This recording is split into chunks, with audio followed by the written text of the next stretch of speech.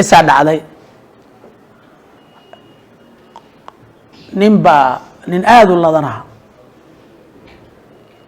آذو اللذن لأن لينكو وحكتك تهرددي إن مع أول با نسقان له هذا ميل كفي عنته ميل بعد كل جيسه نينكاس ما سيحدو كنين بكو سيحدا دو كو سيحدا دو marka lagu seexanayna ma aha waa hurdo raaxa ah waa hurdo qasaba qofku burbur baa ku dhacaya hurdadan raaxada waa tan dabiiciga laakiin tan qofku waa meel baa loo kaxaynaya oo burburaya uu soo toosay isagoo meereysanayo hurdadii iskala ayuu fooqiisa dabqiisa hoos eego wuxuu arkay qolo hoos jiifta dabaq oo say u kala yaalaan iyo say u jiifaan adan malaynin tan wiyaab qoladii ayuu u yimid aad buu tamanay inuu mar sida u seexan lahaa subhanallah waa u yimid waa niman muslimiina oo ku nasanay fooqiisa hoostiisa oo ma aragtay dacwad iyo diin ka shaqeynay nimankii buu yimid wuxuu nimayahow kor baan idinka eegay waad seexateen dhammaantiin anna hurdaan iska lahay 10 sano ma seexan intaasoo sano ma seexan waxaan aad sidaan ugu seexateen habbiga banaankaana waad jiiftaan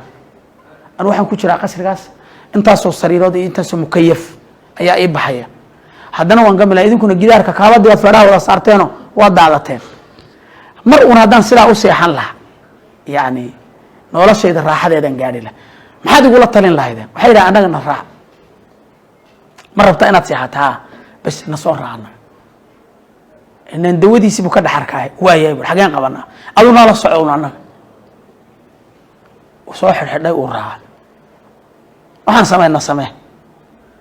diintii bay kala hadleen waxbay u bayaa arrimihii bay kala hadleen khayrkii bay u sheegeen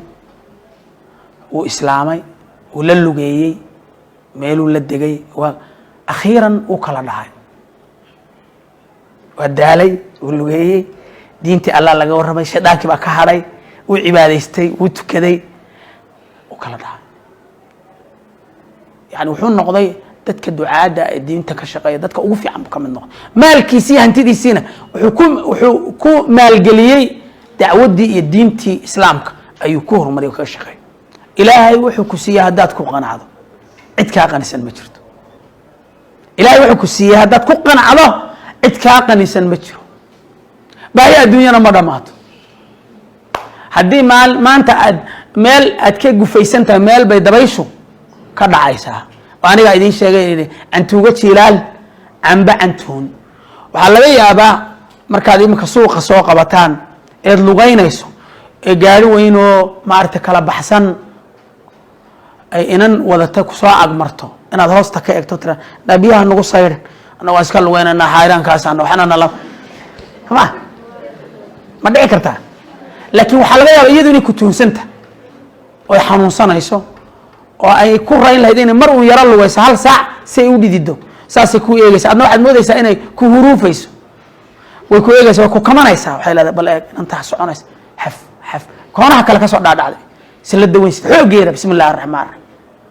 iyaduna gaarigaasay luudinaysaa ku socota aduu iyadaad eegaysaad leedahay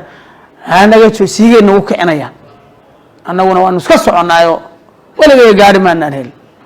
iyaguna mid waaweyn bay sitaan ها مرون هدان هيل الله